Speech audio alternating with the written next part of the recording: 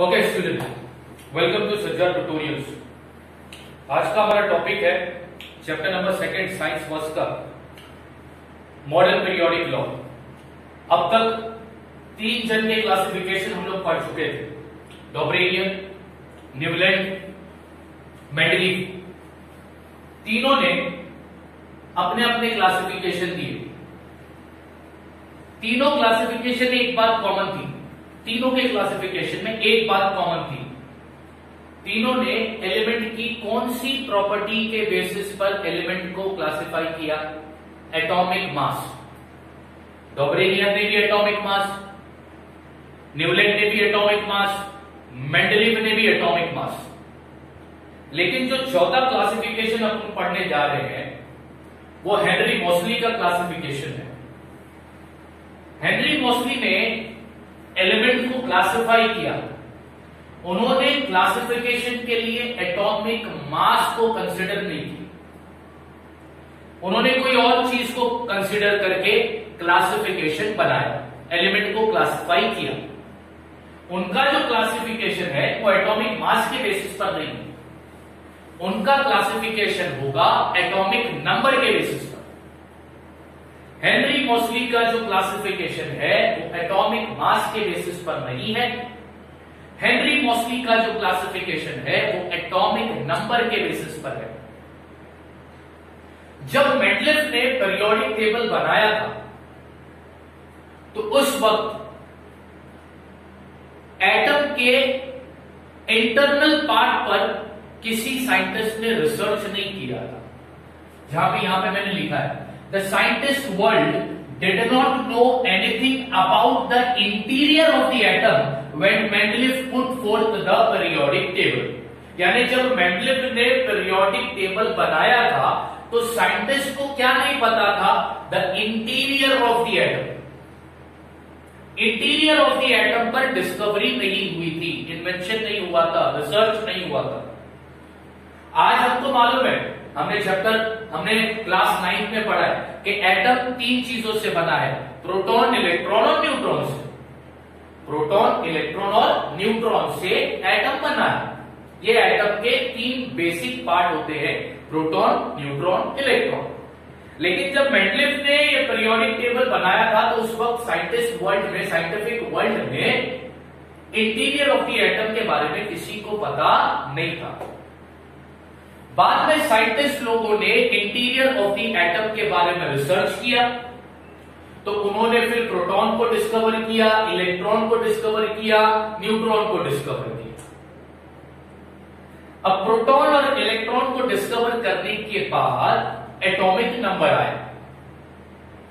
अब यहां पर देखो क्या लिखा है, इन 1913 AD the English scientist Henry Moseley demonstrated with the help of the experiment done using X-ray tube। यानी 1913 में हेनरी मोसली ने एक्सरे ट्यूब पर एक एक्सपेरिमेंट किया था और उस एक्सपेरिमेंट के बलबूते पर उन्होंने क्या डेमोन्स्ट्रेट किया, क्या बताया लोगों को? उन्होंने बताया कि the atomic number of an element, the atomic number of an element correspond to the number of the proton in the nucleus of the atom of that element। मैं फिर से रिपीट करता हूं, 1913 AD में हेनरी मोसली ने experiment किया। किस पर क्या एक्सपेरिमेंट किया? यूजिंग एक्सरे ट्यूब, एलिमेंट पर एक्सपेरिमेंट किया एक्सरे ट्यूब की मदद से। एलिमेंट पर एक्सपेरिमेंट किया एक्सरे ट्यूब की मदद से। अच्छा, वो एक्सपेरिमेंट करने के बाद उन्होंने क्या डेमोन्स्ट्रेट किया, क्या बताया लोगों को? अब ध्यान से सुनना, the atomic number of an element, element का जो एटॉमिक नंबर होता है, एलिमेंट का जो एटॉमिक नंबर होता है करस्पॉन्ड टू, वो किससे रिलेटेड होगा? The number of the proton, number of proton से रिलेटेड होगा। किससे रिलेटेड होगा? नंबर ऑफ प्रोटॉन से रिलेटेड होगा। प्रोटॉन कहां पे होता है? न्यूक्लियस के अंदर। प्रोटॉन कहां पे होता है? न्यूक्लियस के अंदर। हेनरी मोसली ने ये एक्सपेरिमेंट करने के बाद लोगों को बताया, डेमोन्स्ट्रेट किया कि एलिमेंट का जो एटॉमिक नंबर होता है वो रिलेटेड होता है नंबर ऑफ प्रोटॉन से। किसी भी एलिमेंट का जो एटॉमिक नंबर होगा ना, वो रिलेटेड होगा नंबर ऑफ प्रोटॉन से। प्रोटॉन कहां पे होता है? एटम के अंदर न्यूक्लियस होता है, उस न्यूक्लियस के अंदर प्रोटॉन्स होते हैं। ठीक है, तो एटॉमिक नंबर और प्रोटॉन के बीच का रिलेशन उन्होंने बता दिया। एटॉमिक नंबर और प्रोटॉन इसके बीच का उन्होंने रिलेशन बता दिया। अच्छा, दिस रिवील्ड दैट, इससे ये साबित हो गया the atomic number is a more fundamental property of an element than its atomic mass. यानी उसके बाद में ये रिवील हुआ, ये पता चला कि एटॉमिक मास नहीं, एटॉमिक नंबर ये एलिमेंट की सबसे बेसिक फंडामेंटल प्रॉपर्टी है जिसके बलबूते पर एलिमेंट को क्लासिफाई किया जा सकता है। और एक लॉ बनाया उन्होंने, और वो लॉ क्या बोलता है? लॉ बोलता है the property of element are a periodic function of their atomic number. It means जब तुम एलिमेंट को अरेंज करोगे in an increasing order of atomic number के बेसिस पर, तो एलिमेंट की प्रॉपर्टी एक फिक्स इंटरवल के बाद, एक फिक्स गैप के बाद तुम्हें दोबारा देखने को मिलेगी। यह है modern periodic law. Modern periodic law क्या है? Property of element are a periodic function of their atomic number. Property of an element are a periodic function of their atomic number. ये है मॉडर्न पीरियोडिक लॉ।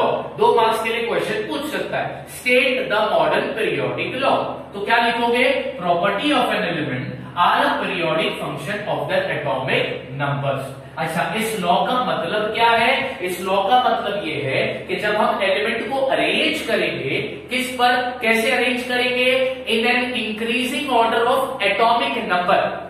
मास नहीं बोल रहा हूं मैं, क्या बोल रहा हूं? In an increasing order of atomic number के बेसिस पर जब तुम एलिमेंट को अरेंज करोगे तो तुम नोटिस करोगे कि कुछ फिक्स्ड इंटरवल के बाद एलिमेंट की प्रॉपर्टी दोबारा रिपीट होगी। ये है मॉडर्न पीरियोडिक लॉ। अच्छा, मैं फिर से रिपीट करता हूं। जब मेंडलीफ ने अपना पीरियोडिक टेबल बनाया था, उस वक्त इंटीरियर ऑफ द एटम, यानी एटम के अंदर क्या क्या चीजें होती है, इसके बारे में साइंटिफिक वर्ल्ड को कुछ पता नहीं था। लेकिन उनके पीरियोडिक टेबल बनाने के बाद साइंटिस्ट लोगों ने इंटीरियर ऑफ द एटम पर रिसर्च किया। तो पहला प्रोटॉन मिला, न्यूट्रॉन मिला, फिर इलेक्ट्रॉन मिला। ठीक है, फिर इसके साथ यही दौर में 1913 में हेनरी मोसली ने भी एलिमेंट पर एक्सपेरिमेंट किया एक्सरे ट्यूब की मदद से, और उसके बाद उन्होंने ये डेमोन्स्ट्रेट कर दिया कि जो एटॉमिक नंबर होता है एलिमेंट का, जो एटॉमिक नंबर होता है एलिमेंट का, वो किससे रिलेटेड होता है? वो रिलेटेड होता है नंबर ऑफ प्रोटॉन से। वो किससे रिलेटेड होता है? नंबर ऑफ प्रोटॉन से। वो किससे रिलेटेड होता है? नंबर ऑफ प्रोटॉन से। ये पहली बार किसने बताया? हेनरी मोसली ने। उसके बाद फिर दूसरे साइंटिस्ट लोगों ने उस पर रिसर्च किया, तो उन्होंने क्या बोला कि atomic number of an element is related to the electron, number of electron. Henry Moseley ने क्या बोला कि जो भी एलिमेंट का जो एटॉमिक नंबर होगा वो किससे रिलेटेड होगा? एलिमेंट का एटॉमिक नंबर जो भी होगा वो कैसे तय किया जाएगा? नंबर ऑफ प्रोटॉन के बेसिस पर एलिमेंट का एटॉमिक नंबर डिसाइड किया जाएगा। नंबर ऑफ प्रोटॉन के बेसिस पर एलिमेंट का एटॉमिक नंबर डिसाइड किया जाएगा। हेनरी मोसली ने यह बताया जब उन्होंने एलिमेंट पर एक्सपेरिमेंट किया था, किसकी मदद से? यूजिंग एक्सरे ट्यूब की मदद से। क्या बोला उन्होंने? एलिमेंट का जो भी एटॉमिक नंबर होगा वो डिसाइड किया जाएगा नंबर ऑफ प्रोटॉन के बेसिस पर, क्योंकि एलिमेंट किससे बना है? एटम से बना है। एटम के कितने पार्ट होते हैं? 3 पार्ट होते हैं। एटम के अंदर 3 चीजें तुमको मिलेगी, प्रोटॉन, न्यूट्रॉन और इलेक्ट्रॉन। अच्छा, ये न्यूट्रॉन और प्रोटॉन तुमको कहां मिलेगा? एटम के अंदर। अच्छा, एटम के अंदर कहां पर मिलेगा? तो एटम के अंदर एक न्यूक्लियस होता है, उस न्यूक्लियस के अंदर तुमको प्रोटॉन मिलेंगे, तुमको न्यूट्रॉन मिलेंगे। ठीक है, ठीक है। तो अब सपोज करते हैं, मैं सिर्फ एग्जांपल देता हूं, हाइड्रोजन का जो न्यूक्लियस है उसके अंदर सिर्फ एक प्रोटॉन, उसके अंदर कितना प्रोटॉन है? एक प्रोटॉन। उसके अंदर प्रोटॉन कितना है? एक। हाइड्रोजन एलिमेंट के एक एटम के अंदर, हाइड्रोजन एलिमेंट का एक एटम लिया, ठीक है, हाइड्रोजन एलिमेंट का एक एटम लिया, उस पर रिसर्च किया, तो उसके एटम के अंदर जब न्यूक्लियस में देखा गया तो उसके अंदर से प्रोटॉन कितना मिला, दिखा, एक दिखा। तो number of proton in an atom of an hydrogen is 1। तो अब हाइड्रोजन का एटॉमिक नंबर क्या बना, 1। हाइड्रोजन का एटॉमिक नंबर क्या बना, 1। इसी तरह अलग अलग एलिमेंट के अलग अलग एटॉमिक नंबर बने। लेकिन बाद में जब डिस्कवरी और हुई, जब रिसर्च और बढ़ा, तो फिर वो ये बोला गया कि atomic number of an element जो है, एलिमेंट का जो एटॉमिक नंबर होगा वो रिलेटेड होगा नंबर ऑफ इलेक्ट्रॉन्स, वो रिलेटेड होगा नंबर ऑफ इलेक्ट्रॉन्स से। देखो कंफ्यूज नहीं होना, मैं दो बात कह रहा हूं। सबसे पहले हेनरी मॉसली ने जब एक्सपेरिमेंट किया तो उन्होंने बोला एलिमेंट का जो भी एटॉमिक नंबर होगा वो डिसाइड किया जाएगा उनके उस एलिमेंट के जो एटम के पास कितने प्रोटॉन है, नंबर ऑफ प्रोटॉन के बेसिस पर एलिमेंट का एटॉमिक नंबर दिया जाएगा। हेनरी मॉसली ने ये बोला, ठीक है।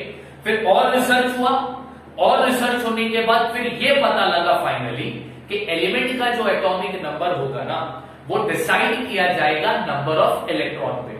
और बाद में और रिसर्च किया गया तो ये देखा गया कि एलिमेंट के एटम के पास जितने नंबर ऑफ इलेक्ट्रॉन होते हैं उतने ही नंबर ऑफ प्रोटॉन होते हैं, यानी number of element, number of electron और नंबर ऑफ प्रोटॉन ये दोनों हमेशा इक्वल होते हैं। Number of electron, number of proton ये दोनों हमेशा इक्वल होते हैं।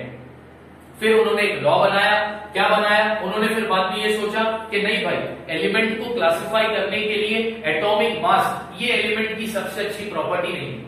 क्यों? क्योंकि उन्होंने देखा ना बाकी के 3 साइंटिस्ट लोगों ने एटॉमिक मास को लेकर एलिमेंट को क्लासिफाई किया, तो एलिमेंट को क्लासिफाई उन्होंने जब एटॉमिक मास के बेसिस पर किया था तो बहुत सारे डीमेरिट्स निकले कि नहीं निकले, हमने पढ़े कि नहीं पढ़े थे हम लोगों ने। लेकिन फिर उन्होंने इसलिए इसी वजह से हेनरी मॉसली ने एटॉमिक मास को कंसीडर ही नहीं किया, उन्होंने सीधा बोल दिया कि एटॉमिक मास नहीं, एटॉमिक नंबर ये एलिमेंट की फंडामेंटल प्रॉपर्टी है और इसी के बेसिस पर हम एलिमेंट को क्लासिफाई करेंगे और एक पीरियोडिक टेबल बनाकर देंगे दुनिया में। बात समझ में आ गई? और एक लॉ बना, प्रॉपर्टी ऑफ एन एलिमेंट और periodic function of the atomic number, यानी जब तुम एलिमेंट को अरेंज करोगे in an increasing order of atomic number के बेसिस पर तो तुम देखोगे एक फिक्स टाइम गैप के बाद एलिमेंट की प्रॉपर्टी दोबारा रिपीट होगी। क्लियर हो गया? अब आगे देखो, modern periodic table is also known as long form of periodic table. Objective के लिए पूछ सकता है, modern periodic table is also known as long form of periodic table. Modern periodic table को long form of the periodic table भी कहते हैं। The total number of electron in an atom, ये मैंने लिखाया है ताकि तुम्हारे क्लियर हो जाए। The total number of electron in an atom is same as the atomic number. Suppose करते हैं एलिमेंट लेता हूं मैं x, ये एलिमेंट लिया है मैंने x, ठीक है, ठीक है। इस एलिमेंट के एटम के पास 4 इलेक्ट्रॉन है। कितने इलेक्ट्रॉन है? 4 इलेक्ट्रॉन है। तो अब इस एलिमेंट का एटॉमिक नंबर क्या होगा? इस एलिमेंट का एटॉमिक नंबर भी होगा, एटॉमिक नंबर इसका होगा 4। क्या होगा? 4। यही है स्टेटमेंट का मतलब। The total number of electron in an atom is same as the atomic number. In modern periodic table, elements are arranged in accordance with their atomic number. अब ये तो पता चल गया, मॉडर्न पीरियोडिक टेबल में element को arrange किया गया है इसके बलबूते पर, एटॉमिक नंबर के बेसिस पर एलिमेंट को अरेंज किया गया है मॉडर्न पीरियोडिक टेबल में। Therefore, most of the drawback of Mendeleev periodic table appear to be removed. तो Mendeleev के periodic table में जितने भी demerits थे, most of the demerits खत्म हो गए। most of the demerits क्या हो गए? खत्म हो गए। कब खत्म हुए? मॉडर्न पीरियोडिक टेबल बनने के बाद। मॉडर्न पीरियोडिक टेबल बनने के बाद मेंडलीव के पीरियोडिक टेबल के जितने भी डीमेरिट्स थे उसमें मोस्ट ऑफ द डीमेरिट्स खत्म हो गए, सिर्फ एक को छोड़कर, और वो क्या है? हाइड्रोजन का पोजीशन। वो क्या था? हाइड्रोजन का पोजीशन। जब मैंने मेंडलीव पीरियोडिक टेबल बताया था, समझाया था, तो मेंडलीव पीरियोडिक टेबल में हाइड्रोजन को लिखा गया था ग्रुप 1 में, जबकि उसकी प्रॉपर्टी ग्रुप 1 के एलिमेंट से भी मिलती थी और ग्रुप 7 के भी एलिमेंट से मिलती थी। लेकिन मेंडलीफ ने उस हाइड्रोजन को लिखा ग्रुप 1 में, उसका कोई एक्सप्लेनेशन नहीं दिया। ठीक उसी तरह यहां पर भी तुम देखोगे, मॉडर्न पीरियोडिक टेबल में भी तुम देखोगे तो मॉडर्न पीरियोडिक टेबल में भी हाइड्रोजन के पोजीशन को एक्सप्लेन नहीं किया गया। वो डाउट आज तक है जो क्लियर नहीं हो। ठीक है, जब मैं वो पीरियोडिक टेबल तुमको बताऊंगा तो ये चीज बता दूंगा कि इधर की हाइड्रोजन की प्रॉपर्टी कौन कौन से चीजों से मिलती है और क्यों वहां पर लिखा गया है, क्यों यहां पर लिखा नहीं गया, इसका रीजन आज तक साइंटिस्ट को मिला। तो हाइड्रोजन का जो पोजीशन है वो डाउट आज तक क्लियर हुआ नहीं। ये है इंट्रोडक्शन मॉडर्न पीरियोडिक लॉ का। मैं एक बार फिर बताता हूं, मॉडर्न पीरियोडिक लॉ को पढ़ने, ये इंट्रोडक्शन जो मैंने तुमको मॉडर्न पीरियोडिक लॉ का दिया, इसमें तुम्हें याद क्या रखना है, मॉडर्न पीरियोडिक लॉ याद रखना है। ठीक है, इसमें तुम्हें याद क्या रखना है कि ये जो क्लासिफिकेशन बना एटॉमिक नंबर के बेसिस पर बना या एटॉमिक मास के बेसिस पर, तो तुम बोलोगे एटॉमिक नंबर के बेसिस पर। ठीक है, क्या एटॉमिक नंबर मेंडलीफ के टेबल में नहीं थे? मेंडलीफ के टेबल में भी अगर तुम टेक्स्ट बुक में देखोगे तो एलिमेंट के ऊपर नंबर 1 2 3 4 दिया है ना, वो एटॉमिक नंबर नहीं है, वो सीरियल नंबर था। मेंडलीफ के टेबल में वो एटॉमिक नंबर नहीं था, वो क्या था, सीरियल नंबर था। ठीक है, मेंडलीफ के पीरियोडिक टेबल बनने के बाद साइंटिस्ट लोगों ने रिसर्च किया। किस पर रिसर्च किया? Interior of the atom, interior of the atom पर रिसर्च किया। किस पर रिसर्च किया? इंटीरियर ऑफ द एटम पर रिसर्च किया। Right, interior of the atom पर रिसर्च करने के बाद फिर इलेक्ट्रॉन की डिस्कवरी हुई, प्रोटॉन की डिस्कवरी हुई, न्यूट्रॉन की डिस्कवरी हुई। अच्छा, उसी वक्त जब साइंटिस्ट लोग एलिमेंट के एटम के इंटीरियर पर रिसर्च कर रहे थे, एटम के इंटीरियर पर रिसर्च कर रहे थे, तो हेनरी मोसली साहब भी रिसर्च कर रहे थे। 1930 में उन्होंने एलिमेंट पर एक्सपेरिमेंट किया एक्सरे ट्यूब की मदद से। तो उन्होंने क्या डेमोन्स्ट्रेट किया कि एलिमेंट का जो एटॉमिक नंबर होगा वो डिसाइड किया जाएगा नंबर ऑफ प्रोटॉन के बेसिस पर, कि उस एलिमेंट के एटम के पास कितने प्रोटॉन है, जितने प्रोटॉन वही होगा उस एलिमेंट का एटॉमिक नंबर। बाद में और रिसर्च किया गया, फिर क्या बोला गया, नहीं, एलिमेंट का जो भी एटॉमिक नंबर होगा वो डिसाइड किया जाएगा नंबर ऑफ इलेक्ट्रॉन पर। उस एलिमेंट के एटम के पास जितने भी नंबर ऑफ इलेक्ट्रॉन होंगे वो होगा उस एलिमेंट का एटॉमिक नंबर। ठीक है, फिर उसके बाद उन्होंने मॉडर्न पीरियोडिक टेबल लॉ बनाया। मॉडर्न पीरियोडिक लॉ बनाने के बाद मॉडर्न पीरियोडिक टेबल बनाया। मॉडर्न पीरियोडिक टेबल बनने के बाद जितने भी डिमेरिट्स मेंडलीफ के थे वो सारे डिमेरिट्स खत्म हो गए, सिर्फ एक को छोड़कर, हाइड्रोजन के पोजीशन को छोड़कर। बात समझ में आ गई? अब आप लोग चाहो तो ये कॉपी कर सकते हो। अब जो नेक्स्ट टॉपिक मैं तुम लोगों को पढ़ाऊंगा वो पढ़ाऊंगा the structure of the modern periodic table. पूरा मैं तुमको मॉडर्न पीरियोडिक टेबल का स्ट्रक्चर समझाऊंगा। ठीक है, अब ये जल्द से जल्द कॉपी कर लो। मैं 2 मिनट रुकता हूं, फिर आप लोग कॉपी कर लो फटाफट। ओके स्टूडेंट, चलो अब पढ़ते हैं structure of the modern periodic table. Modern periodic table का स्ट्रक्चर, अगर स्ट्रक्चर समझा तो समझो पूरा पीरियोडिक टेबल तुमको समझ में आ जाएगा। अब स्ट्रक्चर देखो, स्ट्रक्चर के लिए तुमको यहां पर मैंने पीरियोडिक टेबल का चार्ट लगाया है। वो पीरियोडिक टेबल अगर तुम ध्यान से देखो, ठीक है, तो तुम पहले लाइन गिनो कितने, तो तुम अगर देखोगे तो तुमको रो मिलेंगे, 7 रो मिलेंगे। 1 2 3 4 5 6 7, तुमको 7 हॉरिजॉन्टल रो मिलेंगे।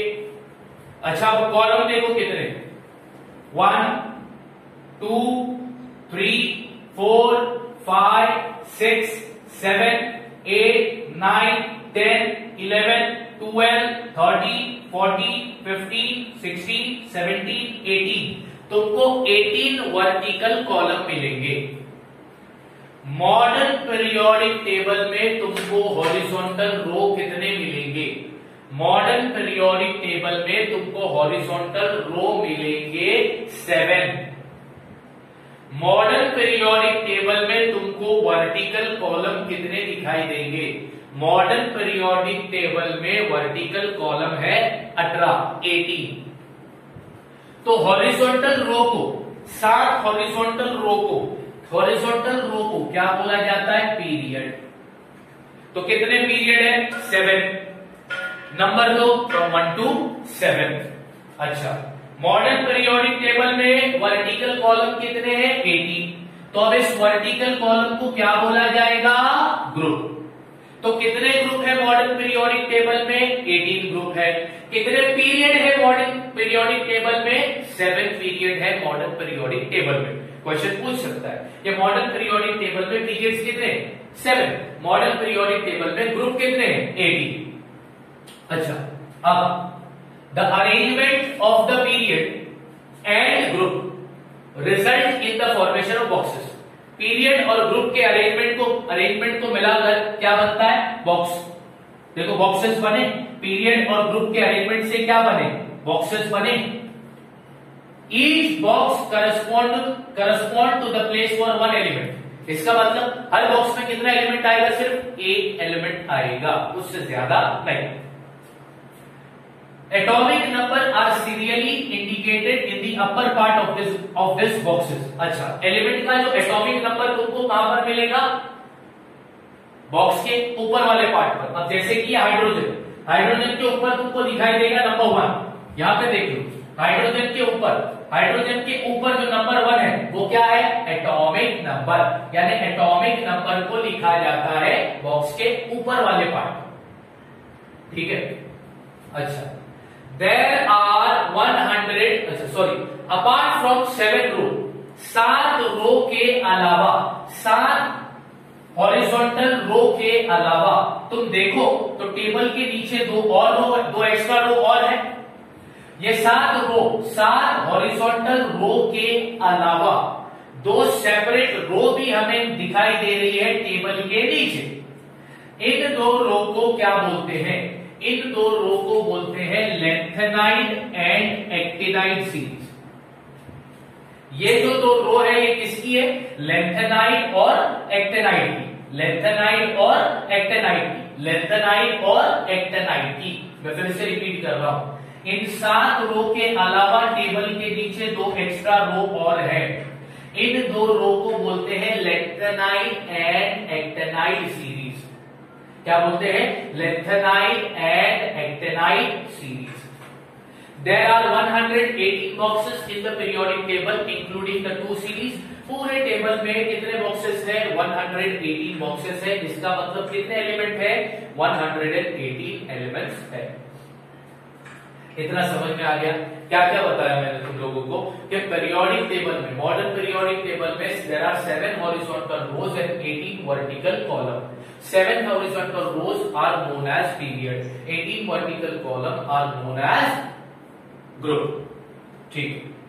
The arrangement of period and group, period और ग्रुप की अरेंजमेंट की वजह से क्या बना? बॉक्सेस बने। और हर बॉक्स में कितने एलिमेंट आएंगे? एक एलिमेंट आएगा। और एलिमेंट का एटॉमिक नंबर कहां पर लिखा होगा? बॉक्स के ऊपर वाले पार्ट पर। उसके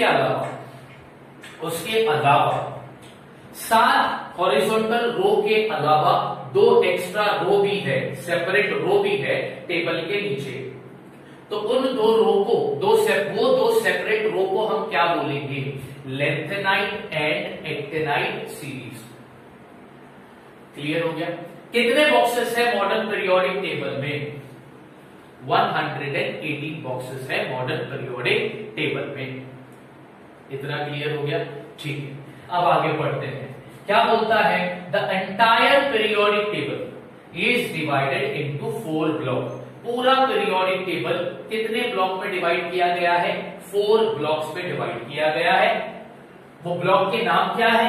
S block, P block, D block, F block. पूरा पीरियोडिक टेबल 4 ब्लॉक में डिवाइड किया गया है और ब्लॉक के नाम रखे गए हैं S block, P block, D block, F block. जब तुम हायर स्टैंडर्ड में जाओगे, यानी जब तुम नेक्स्ट स्टैंडर्ड 11th में जब तुम जाओगे, अगर तुम लोगों ने साइंस स्ट्रीम को चुना तो तुम्हें ये S, P, D, F block कैसे बना वो समझाया जाएगा। वहां पर पूरा डिटेल में तुम पढ़ोगे।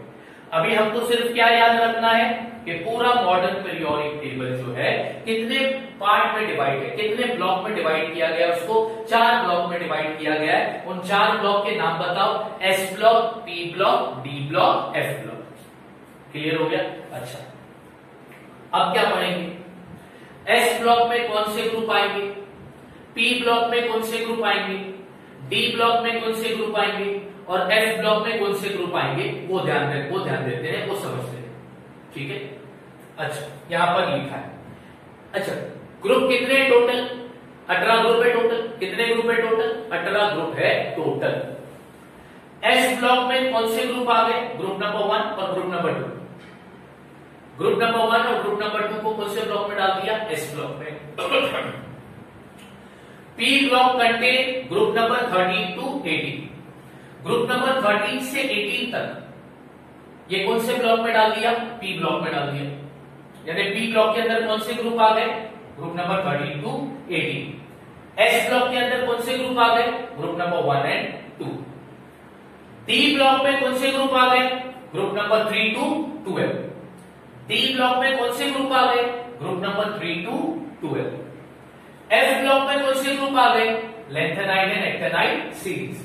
Lanthanide and actinide series. पूरा मॉडर्न पीरियोडिक टेबल कितने ग्रुप में डिवाइड है? 4 ग्रुप में डिवाइड है। नाम बताओ उन ग्रुप के, S, P, D, F. S block में कौन से ग्रुप आ गए? Group number 1 and 2। P block में कौन से ग्रुप आ गए? Group number 13 to 18। D block में कौन से ग्रुप आ गए? Group number 3 to 12। F block में कौन से ग्रुप आ गए? Lanthanide and actinide series. Clear हो गया? ठीक है। अब कुछ इंपॉर्टेंट बातें ऑब्जेक्टिव के लिए पूछ सकता है। मैंने यहां पे लिखा है ग्रुप नंबर 1, ग्रुप नंबर 1, 2, 13, 14, 15, 16, 17। ये तुम्हारे टेक्स्ट बुक में ले लिया।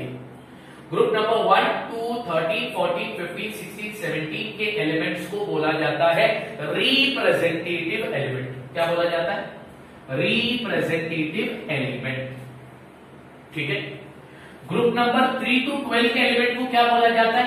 Transition element. क्या बोला जाता है? Transition element. ग्रुप नंबर 18 के एलिमेंट को क्या बोला जाता है? नोबल गैस एलिमेंट और इनर्ट गैस एलिमेंट और जीरो ग्रुप एलिमेंट। ये उसके नाम। ग्रुप नंबर 18 को नोबल गैस एलिमेंट बोलते हैं, ग्रुप नंबर 18 को इनर्ट गैस एलिमेंट बोलते हैं, ग्रुप नंबर 18 को जीरो ग्रुप एलिमेंट भी बोलते हैं। अब इसके नाम जीरो ग्रुप एलिमेंट क्यों है, ये मैं थोड़े टाइम बाद बताऊंगा। ठीक है। तो ये है structure of the modern periodic table. अच्छा, अब तुम्हारे टेक्स्ट बुक में क्या बताया है? तुम्हारे टेक्स्ट बुक में बोला है कि पेज नंबर 21 पर if we draw a zigzag line, page number 21 का लास्ट पैराग्राफ में पढ़ रहा हूं, लास्ट पैराग्राफ का 1 2 3 4th लाइन से स्टार्ट कर रहा हूं। अ zigzag line can be drawn in the P block of the periodic table. Periodic table का P ब्लॉक। अच्छा, P ब्लॉक के अंदर कौन सा एलिमेंट आ गया? P ब्लॉक के अंदर कौन से ग्रुप आ गए? 13 टू 18। 13 से लेकर 18 तक का जो ये ग्रुप है, ये कौन से ब्लॉक में आता है? P ब्लॉक में आता है। अगर P ब्लॉक में हम एक zigzag लाइन बनाएंगे, क्या बनाएंगे? एक zigzag लाइन अगर हम P ब्लॉक में बनाएंगे तो हमको क्या मिलेगा? हमको 3 अलग तरीके के एलिमेंट मिलेंगे। The 3 traditional type of element can be clearly shown in the modern periodic table with the help of the zigzag line. मैं फिर से रिपीट करता हूं। अगर मॉडर्न पीरियोडिक टेबल के P ब्लॉक पर हम zigzag लाइन बनाते हैं तो हमको 3 टाइप के एलिमेंट नजर आएंगे, क्लियरली समझ में आएंगे। अच्छा, एलिमेंट के टाइप कौन से? Metal, non metal and metalloid. ये एलिमेंट के 3 टाइप। तो कौन से ब्लॉक में zigzag लाइन बनाने बोला था? P ब्लॉक पर zigzag लाइन अगर हम बनाते हैं तो वो zigzag लाइन की मदद से एलिमेंट के 3 ट्रेडिशनल टाइप हमको नजर आएंगे। अब वो कैसे समझ में आएगा? तो वहां पर दिया है, the metalloid element lie along the border of the zigzag line. All the metal lie on the left side of the zigzag line. while all the non-metal lie on the right side of the zigzag line. अच्छा, अगर तुम P block पर zigzag line बनाते हो तो zigzag line के left side पर जितने भी एलिमेंट होंगे वो मेटल होंगे, zigzag लाइन के राइट हैंड साइड पर जितने भी एलिमेंट होंगे वो नॉन मेटल होंगे, और zigzag लाइन के अंदर यानी वो बाउंड्री पर जो भी एलिमेंट होंगे वो मेटलॉइड होंगे. I repeat myself. If we draw a zigzag line in a P block, P block पर अगर हम zigzag line draw करते हैं, so we will come to know the three traditional type of element, that is metal, non-metal, metal.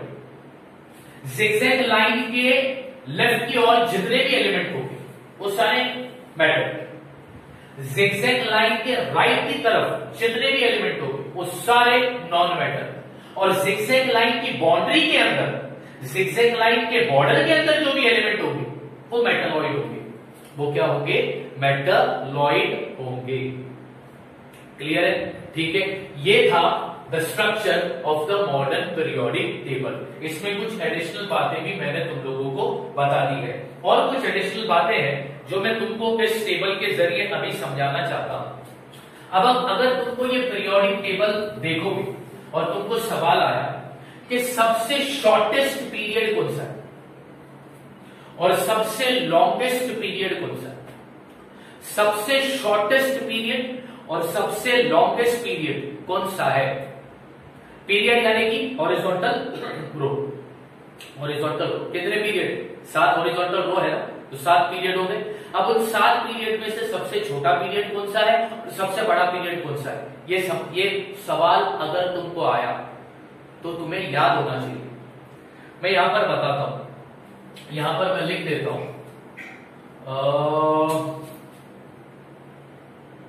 अभी ये चीज मैं यहां पर से हटा देता हूं.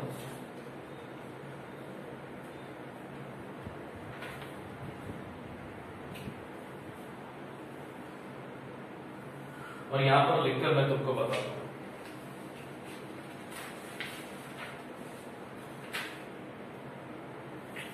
Number of element in a period, number of element in a period. ये तुम्हारे टेक्स्ट बुक में नहीं दिया है. पीरियड नंबर 1 में 2 एलिमेंट है, पीरियड नंबर 2 में 8 एलिमेंट है, पीरियड नंबर 3 में भी 8 एलिमेंट है, पीरियड नंबर 4 में 18 एलिमेंट है, पीरियड नंबर 5 में भी 18 एलिमेंट है, पीरियड नंबर 6 में 32 एलिमेंट है, और पीरियड नंबर 7 में भी 32 एलिमेंट है. अब क्योंकि सारे 118 एलिमेंट डिस्कवर हो चुके हैं, पीरियड नंबर 1 में 2 एलिमेंट है, पीरियड नंबर 2 और 3 में 8 एलिमेंट है, पीरियड नंबर 4 और 5 में 18 एलिमेंट है, पीरियड नंबर 6 और 7 में 32 एलिमेंट है. अब सवाल देखो कैसा पूछेगा. सबसे शॉर्टेस्ट पीरियड कौन सा है? तो तुम बोलोगे सर पीरियड नंबर 1, क्योंकि उसमें कितने एलिमेंट है? सिर्फ 2 एलिमेंट है. यहां पे ध्यान दो, ये है मेरा पीरियड नंबर 1. पीरियड नंबर 1 में 2 एलिमेंट है. इधर अगर तुम देखोगे तो हाइड्रोजन, ठीक है, हाइड्रोजन, और इधर देखोगे ये टेबल, अगर तुम टेक्स्ट बुक देखो, टेक्स्ट बुक का पेज नंबर 23, पीरियड नंबर 1 में हाइड्रोजन और हीलियम ये 2 एलिमेंट है. हाइड्रोजन और हीलियम ये 2 एलिमेंट है, हाइड्रोजन और हीलियम. अच्छा, यहां पर ध्यान से देखो, ये मेरा पीरियड नंबर 1, एक एलिमेंट आ गया हाइड्रोजन, और देखो तो दूसरा एलिमेंट आ गया हीलियम. ठीक है, पीरियड नंबर 1 में कितना एलिमेंट है? 2 एलिमेंट है, हाइड्रोजन और हीलियम. अच्छा, अब पीरियड नंबर 2 में काउंट करो, 1 2 3 4 5 6 7 8 एलिमेंट है. पीरियड नंबर 3 में काउंट करो, 1 2 3 4 5 6 7 8 एलिमेंट है. पीरियड नंबर 2 और 3 में कितने एलिमेंट है? 8. ठीक उसी तरह पीरियड नंबर 4 और 5 को कैलकुलेट करोगे, काउंट करोगे तो कितने एलिमेंट तुम्हें नजर आएंगे?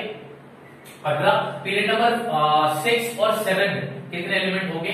32 एलिमेंट्स होंगे। तो सबसे बड़ा पीरियड होगा पीरियड नंबर 6 और 7 और सबसे छोटा पीरियड होगा पीरियड नंबर 1। तो सबसे छोटा पीरियड कौन सा है? Period number 1। सबसे बड़ा पीरियड कौन सा है? Period number 6 and 7।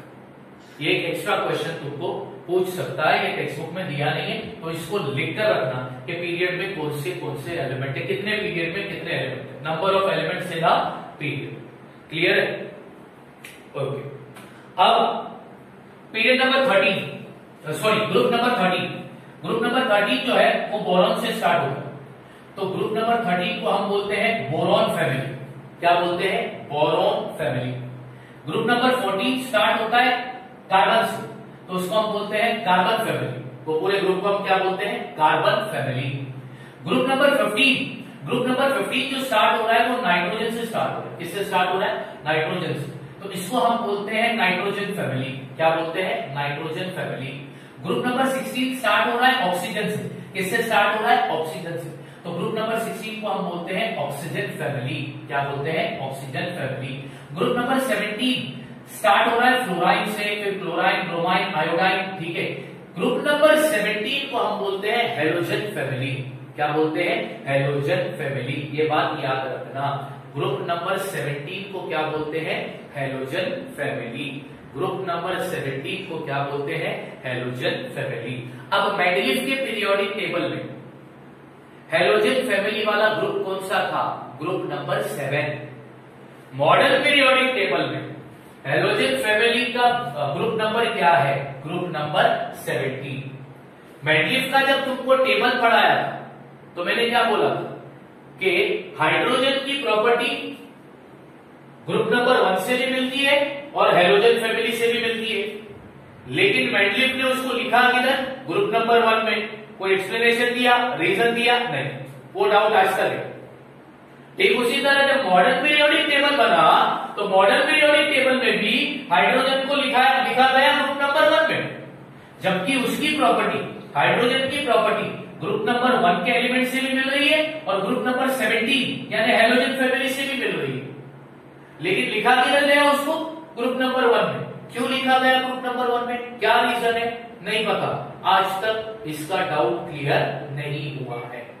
इसलिए मैंने बोला कि मॉडर्न पीरियोडिक टेबल बनने के बाद सारे डीमेरिट्स खत्म हो गए, सिर्फ एक डीमेरिट बाकी था, वो था हाइड्रोजन का पोजीशन। वो अब तक क्लियर नहीं हुआ। तो बच्चों ये था the structure of the modern periodic table. Important question है, एग्जाम में आ सकता है। Explain the structure of the modern periodic table. तो तुम्हें इस तरह उसको एक्सप्लेन करना होगा। अब आप लोग आराम से ये वीडियो को कॉपी करो। ठीक है। अब नेक्स्ट वीडियो में, नेक्स्ट लेक्चर जो अपना होगा वो इसके आगे। Thank you so much.